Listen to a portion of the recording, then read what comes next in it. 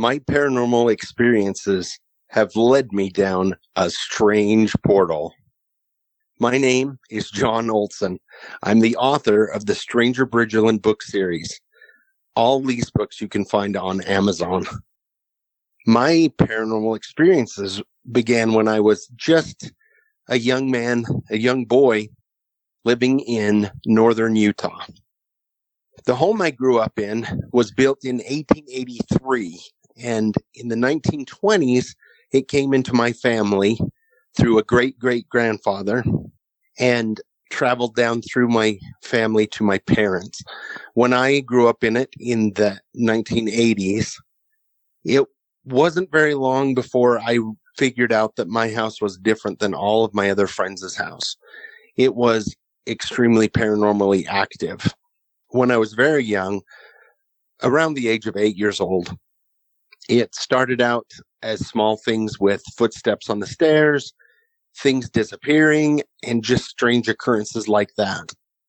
When I talked to my parents about it, we were told not to talk about it just for fear of the neighbors and everybody. Growing up in a small town, there's always that fear that, people will talk about you, and my parents had that fear. So for a long time, we just talked amongst us kids. I have an older sister, I have a younger brother, and my mother. We could all kind of talk about our experiences and share them, but outside of the home for a long time, we couldn't. One of the first experiences I remember, I was very young playing with my toys, and I had a little tiny metal airplane.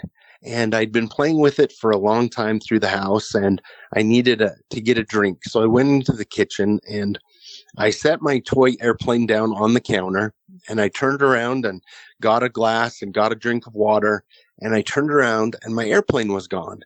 And in its place was a small metal cap gun that I'd never seen before. And I picked it up, and I took it into my mom, and I tried to explain to her that my airplane was missing and that this had shown up in its place. And she turned it over and looked at it, and it was a brand new cap gun from the 1920s. And she just told me to play with it until my airplane showed up again. So I went to playing with this cap gun, and for years I would have toys disappear almost right in front of me, and old toys placed in its place, which was extremely strange. When I was in about 7th grade, one of the more intense experiences I had come home from school and nobody was home yet. My mother, who was usually home, was gone. So I came in and I went to the kitchen and made myself a sandwich and went into the front room. I was going to have a sandwich and watch some TV and wait for my mother. And I sat down, and before I could turn the TV on, I had some motion, the corner of my eye catch my attention. And I turned, and there in the doorway to the front room was a man standing there. But I could see through him. He was very tall. He had a white shirt on, button-up shirt with overalls, and a wide-brimmed hat. But I could not see his face. His face was so see-through, I couldn't see expressions or anything like that. I froze and watched as he walked in front of me and then sat in the rocking chair directly in front of me and started rocking back and forth. I closed my eyes and I counted to 10, and I opened my eyes and he was gone, but the rocking chair was still rocking back and forth. So I jumped up and grabbed my sandwich and ran out to the front porch and sat there. And I wouldn't come in the house until my mom came home. That was my first experience with what we called the man in the hat. There were many experiences where my mother told me she would be folding clothes and she thought what was my dad had walked into the room, and she started talking to him, but he didn't answer, and she would turn and it would be the man in the hat, and then he would disappear. One night, when I was a little bit older, I was laying in bed. I'd been helping my dad work that day on the house. And whenever we did any construction or changed anything on the house, the activity got really intense. And I remember sitting there in bed, almost asleep, when there was a knock on my door. And I looked and there was nobody there. My door was open and I tried to go back to sleep. And again, there was more noise. And I turned over and in the dim of the light, I could see the man in the hat standing in the doorway. And he was staring at me. At that point, being a little bit older, I tried to kind of out loud, but in my frightened voice, explain that we were just trying to improve the house. We weren't going to ruin it or anything of that nature. And he disappeared in front of me. And it took me a while to fall back asleep. As I got older, we had many other experiences. We had what we called the stair monster as little kids. We called it the stair monster because we didn't know, as like small children, you don't know exactly what to call things. But there's a large set of stairs that are very steep that go from the main floor up to this top floor where my bedroom was. And at any time of the day, you could hear either heavy footsteps going up and down the stairs or children's footsteps running up and down the stairs. And it became so commonplace that sometimes it just became background noise to me. One time when I was a teenager, I had a friend up and we were studying upstairs in my room. And I was trying to read my biology book. And all of a sudden, my friend threw her biology book on the ground and crossed her arms and stared at me. And I in shock, I kind of looked at her and I said, "What's the matter?" And she goes, "What is that?" And I said, "What is what?" And she said, "What? Since we've been up here, there's been somebody that's walked up your stairs 4 times, but there's absolutely nobody on your stairs." And at that point, I had to kind of admit for one of the first times that I grew up in a haunted house, that I grew up in a very paranormally active house. After that time, many of my friends had experiences in the house, and I became the local storyteller. I would tell, stories about my house. And that's what got me into the paranormal for a long time. And it wasn't long until I was about 17 or 18, and people began bringing me their paranormal stories, and I started documenting them. And that's how I got into recording other people's stories, which I have put in all of my books, the Stranger Bridgerland Book Series. A few of the other stories that were, very intense. I have a lot of stories in that house, even to today, where my parents still live. I remember it when after I'd been married for a while and my parents had gone on vacation and they asked me to house sit. And my youngest son, who was about 7 years old at the time, was really excited to go spend the weekend at Grandma and Grandpa's house. So we packed up some snacks and everything and went shopping and went to Grandma and Grandpa's house. And his idea was to stay up late and watch TV. But by 11 o'clock, he had passed out on the couch. And so, being tired myself, I scooped him up and put him upstairs in the bed that we were going to sleep in, and then went back down. My mother has an older dog. It's a Shih Tzu. His name is Bassa. Bassa usually sleeps with my mom, and when they're on vacation or gone, he sleeps with whoever is staying at the house to take care of it.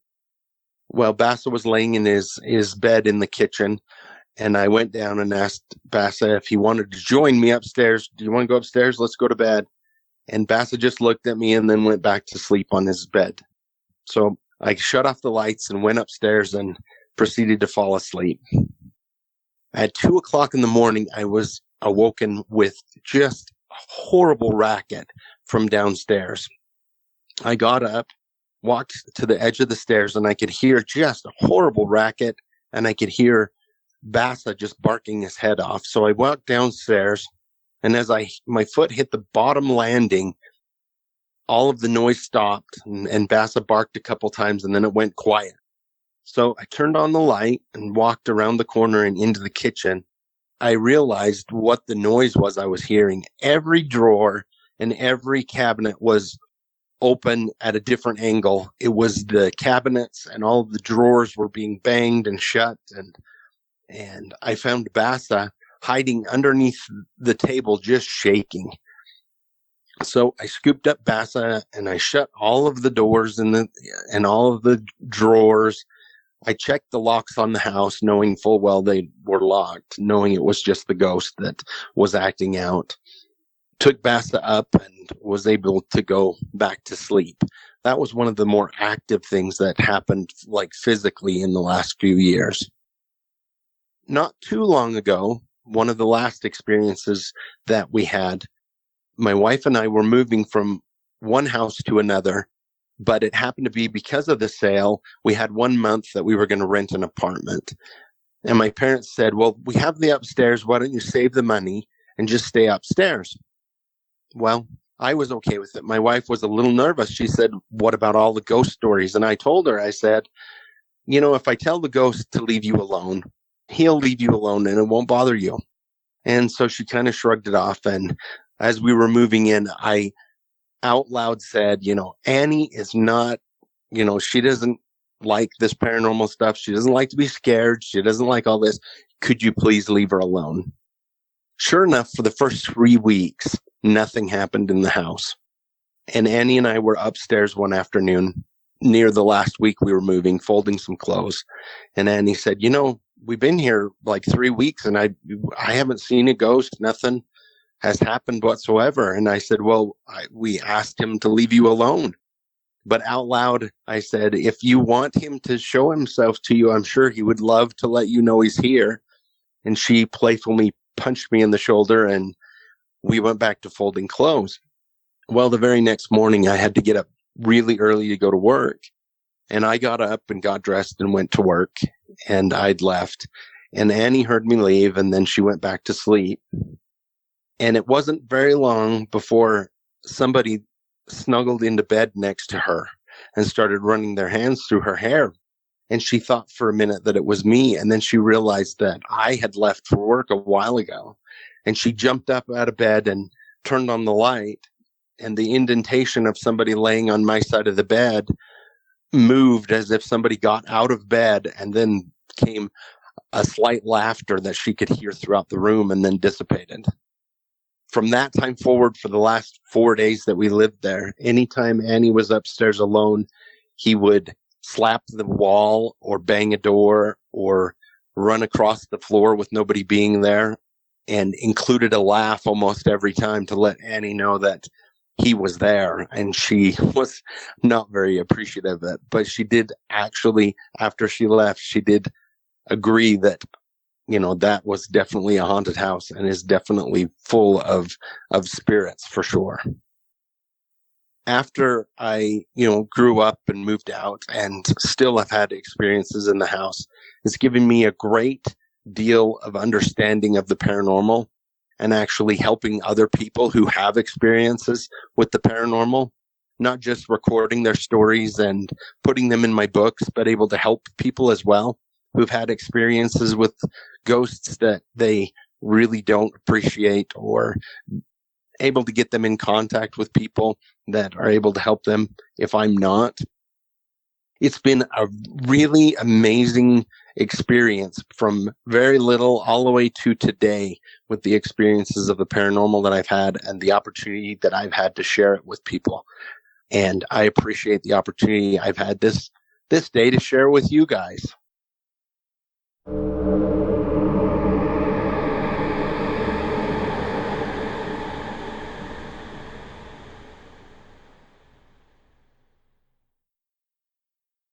My paranormal experiences started when I was at the age of 7 years of age.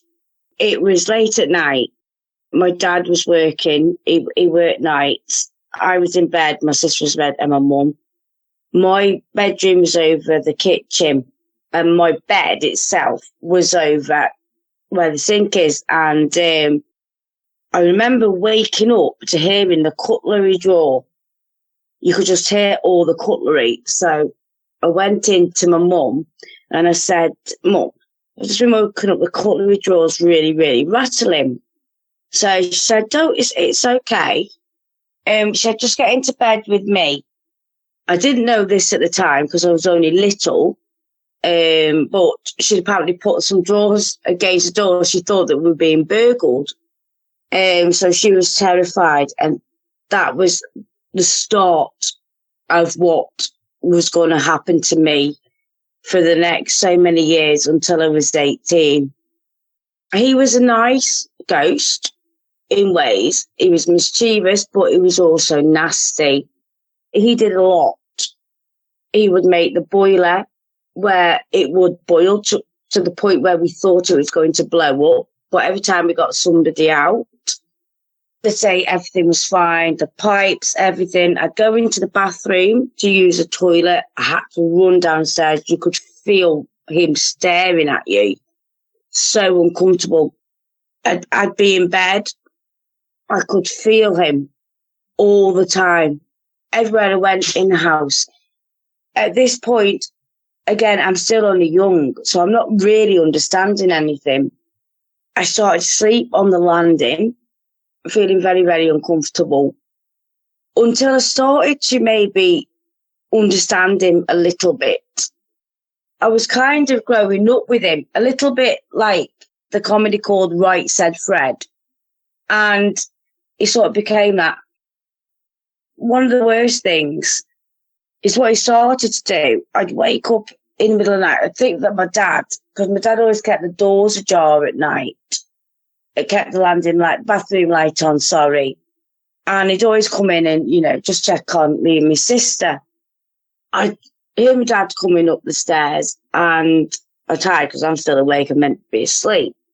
And I'd feel it and I'd feel the kiss, and then I'd learn because I'd take the cover off my face and I'd watch his shadow walk all the way across both walls and go out of the door. He did that every night for years upon years.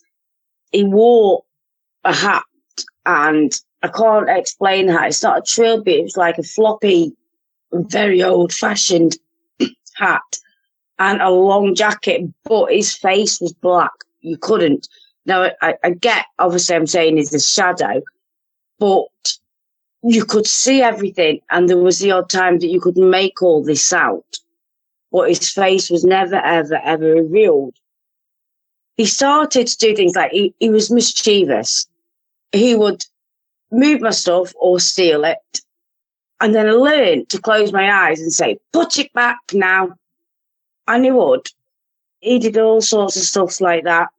I remember this one time, my aunt asked me to be godparent to my cousin. So I bought him these books this one time. The ones that have the little buttons that you press to make the noises. I brought them back. I said to him, bought these. And I took them upstairs, wrapped them up, ready to give them to him for his birthday. I kept being woken up. Must have been about 2 weeks. So I said to my mum, my alarm clock's broken. It keeps going off. It's waking me up all hours, morning, noon and night. I'm not getting no sleep. Then I was just sat in my room and these boots were next to me, ready to go. And I'm hearing it again. So I'm thinking, that's not my alarm clock. So I'm listening. And I'm here. My ears going until I got to these boots, and these boots were going off. So I unwrapped them and I'm listening to them both going off. My dad was in the bath and my mum was downstairs on the phone. So I banged on the bathroom door to my dad and said, can you hear this, Dad? And he went, yes. I said, thank you. So I legged it down the stairs. Just gone to show, because I had them in my hand, just gone to show Mum, and it stopped. So I said, Mum, it's not been my alarm clock. You see his boots, it's been going off. She said, but they're broken. I said, I know. But my dad's just heard it. So Mum got off the phone. I went back upstairs. Mum threw the boots away. About an hour later, my dad's got hold of the vicar. The vicar's there excising the house.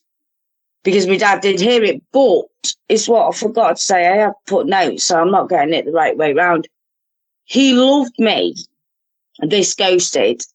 So if my dad, for example, had told me off one day, he'd sit on my dad's chest and lift him slightly off the bed. And my dad would put his hand underneath himself. Like I say, the pipes banging and everything. We had water. He would do water because he didn't like my mum on the phone all the time. So we'd put water where the phone was, just to kind of tell her off if I'm trying to say something to her while she's on the phone. You know, parents like, shh, I'm on the phone. He didn't like that. He used to follow me everywhere. He kind of attached himself to me. If he was in a bad mood, I would take that bad mood on. If he was happy, I would take that happy mood on. It was just constant. Sometimes he would scare me, even though I knew he wasn't going to hurt me. Sometimes he would. The amount of times I slept out of my bedroom was unbelievable, but I knew deep down that, I don't know how to explain this. He was nice. He had my back. I don't understand where he came from. I don't understand why he chose me. And I tried to do a lot of research on that house, but I couldn't find anything out. I thought, because obviously Winsford was a very big country area, so I was thinking, was he a farmer? Trying to find everything out. I think that's all I can really say about him right now. He did come back into my life about a year ago. I don't know how he got here, but I managed to banish him. I don't know how he got here, because this isn't the house that he was meant to be in. Ever since then, for some reason, they've always seemed to attach themselves to me. I don't know why. After that ended, when the exorcism was done, I moved away. I went to work on a holiday camp. This is only a short thing, but still something that I've heard. I worked on a holiday camp and I worked in the catering side. So I've gone to the toilet one day, and like anywhere, you've got all the cubicles. Now, I was being naughty, I've got to be honest, sneaking for a fag. Said I needed the toilet. I was sneaking for a fag. So I'm in a cubicle, the first one, and then I've heard the door open and close, and then I've heard somebody walk all the way to the end cubicle and close door and have a wee. So I thought, I wonder who that is. See if they want to share my fag. So I've gone out and every single cubicle door was open. Nobody had walked in. Didn't hear the chain flush. Nobody walked back out. Door didn't open and shut again. That's all I heard. And I've walked out and every cubicle door was open. So I thought, okay, I'm not really liking this. Here we go again. So I've gone out and I've told a friend, this weird, it's just in there. She said, oh yeah. She said, these were army bases. Somebody else that worked here last year had the same experience and it didn't last another day. So I said, oh, right, okay. So I started to go in, trying to listen out for it again, thinking, oh, you must be just stuck. You must have gone to the toilet and got bombed or something, and now you're stuck. But I couldn't. I wanted to do something. I wanted to try and help them. I wanted to pass them over because I was starting to learn about these sort of things. These people are only here because they're stuck, a lot of them.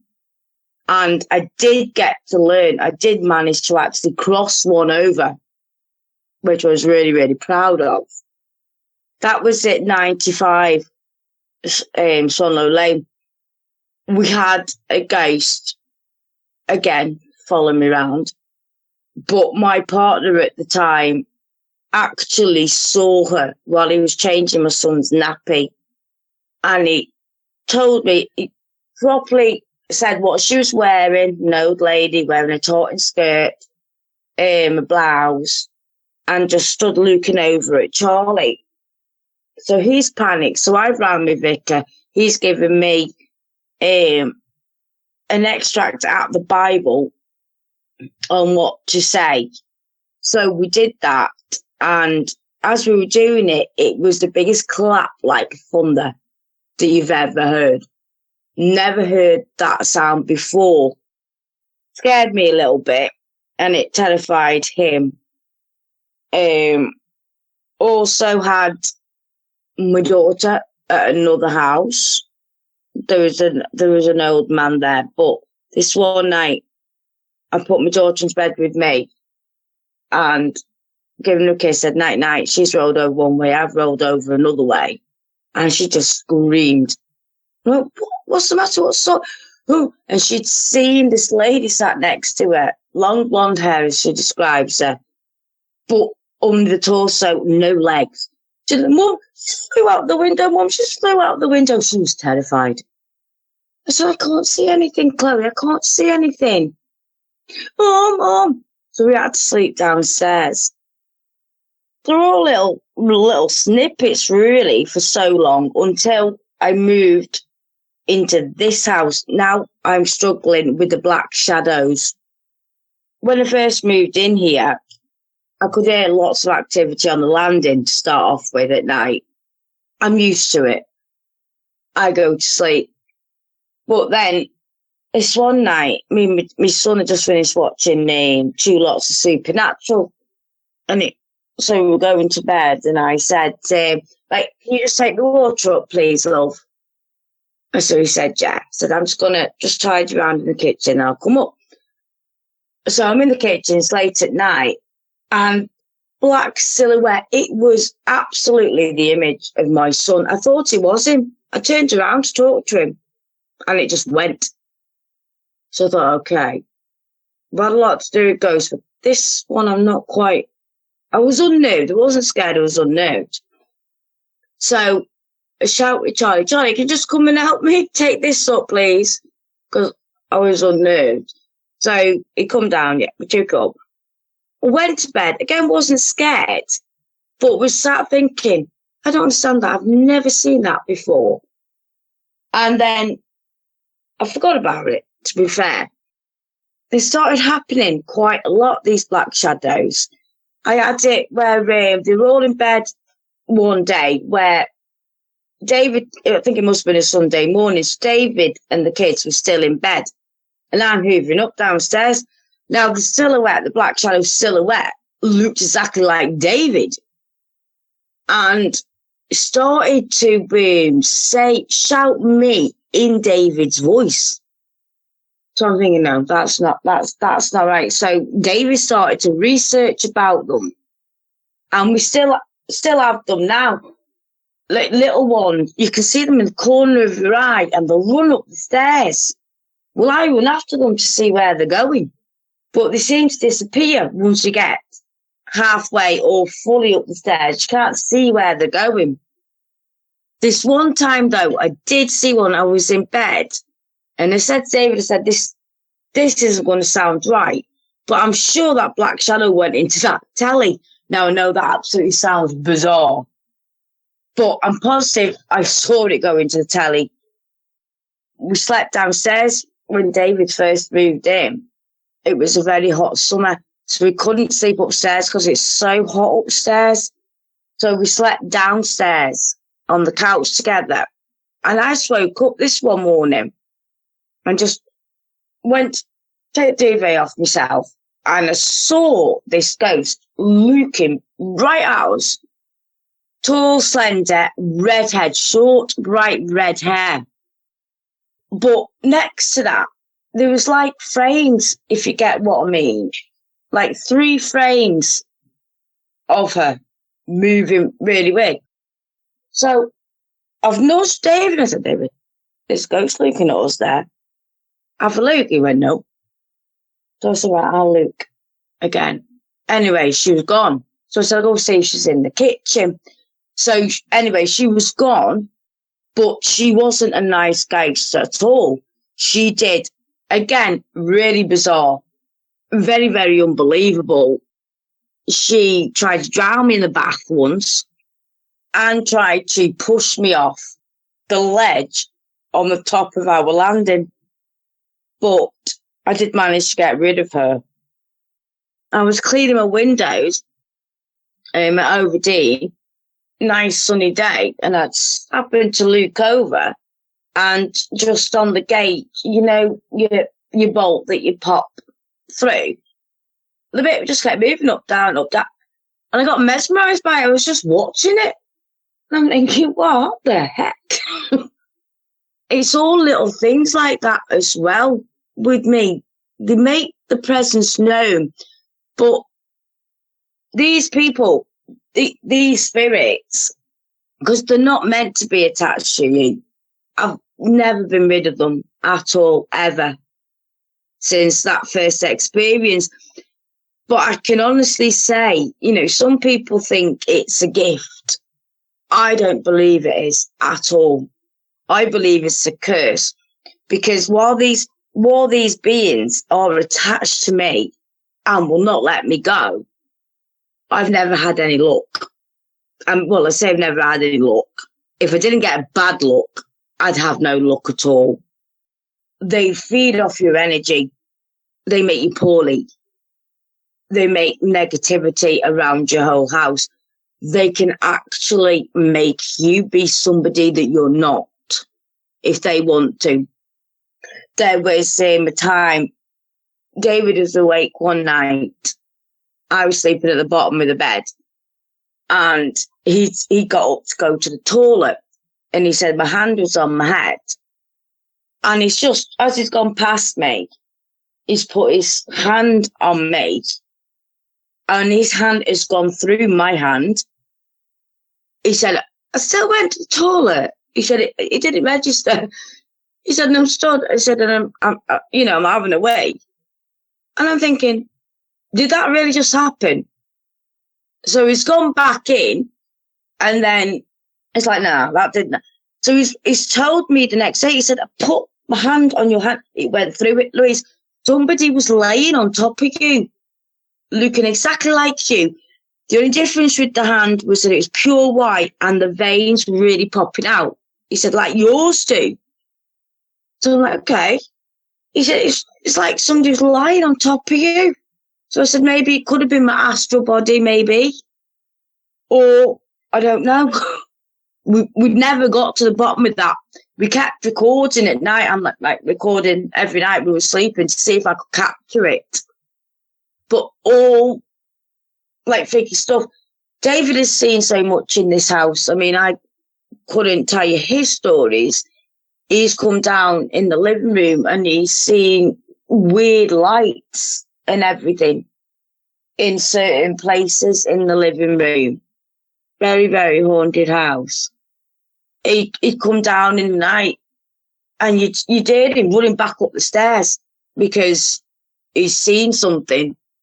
Or he'd say to me, look, I just need to go downstairs to get something. Will you come down with me, please? Because it's freaky. And this house is freaky. But I did find out of my next door neighbour before I moved in, other people had these encounters in this property as well. They just tend to take over my life. They can make me into somebody that I'm not if they want to. That's all I can think of right now. If you've had a paranormal experience and would like to be a guest on the show, please contact us by going to myparax.com. That's myparaex.com. Thanks for listening.